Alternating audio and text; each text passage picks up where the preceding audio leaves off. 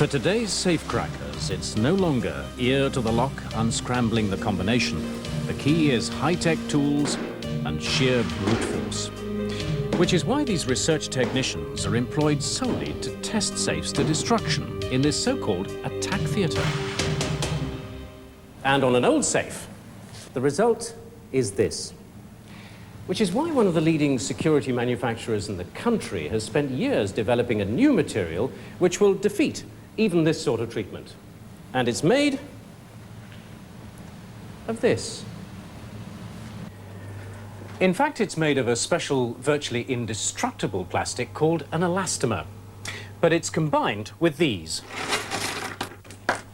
Nuggets of alumina, a ceramic material that's almost as hard as a diamond. And if you look in this cross-section, you can see how they're embedded in the plastic. And this can then be molded into almost any shape you like. In our case, a safe, which should even survive an appearance in the attack theatre.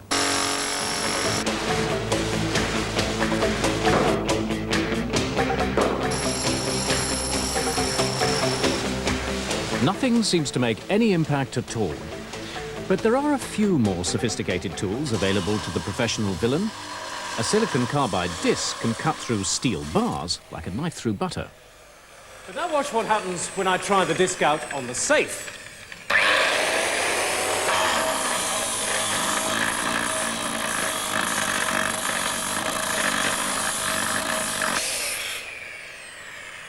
After just a few seconds, the disc is completely worn away, so not much success here. Now, all this is very impressive, but there is still one thing that can get into just about any safe.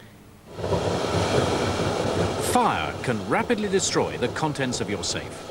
Traditional concrete and steel safes will quickly heat up in a blaze, burning or melting any precious possessions. But this plastic safe is supposed to keep your assets intact. So when we asked the manufacturers to put their money where their mouth was, they gave us £3,000 in crisp notes and a couple of the directors' passports. So, here goes. This tough material is supposed to be both fire and heat-proof and should protect the contents, even in this furnace. And with its remarkable combination of properties, the material is already being looked at for many other industrial applications. In this temperature of 1100 degrees Celsius, the outer layer of burning plastic expands, and this swollen mass of elastomer actually acts as an insulator, hopefully keeping the contents nice and cool.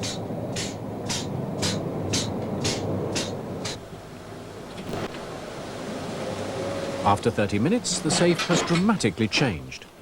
But imagine if this was a real fire. The chances are the burning building would collapse, hurling the safe to the ground. So, will the material cope with such a catastrophic impact?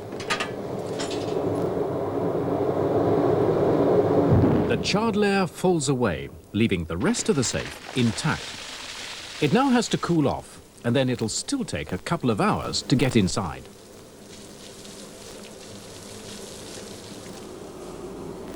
Well now, do we have any contents left?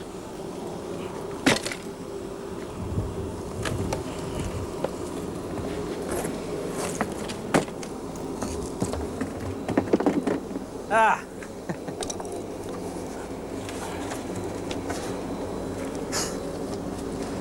A little bit dusty, but our bundle of £3,000 is completely unmarked.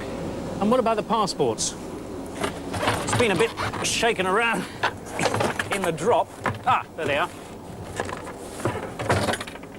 Yes, all safe and sound.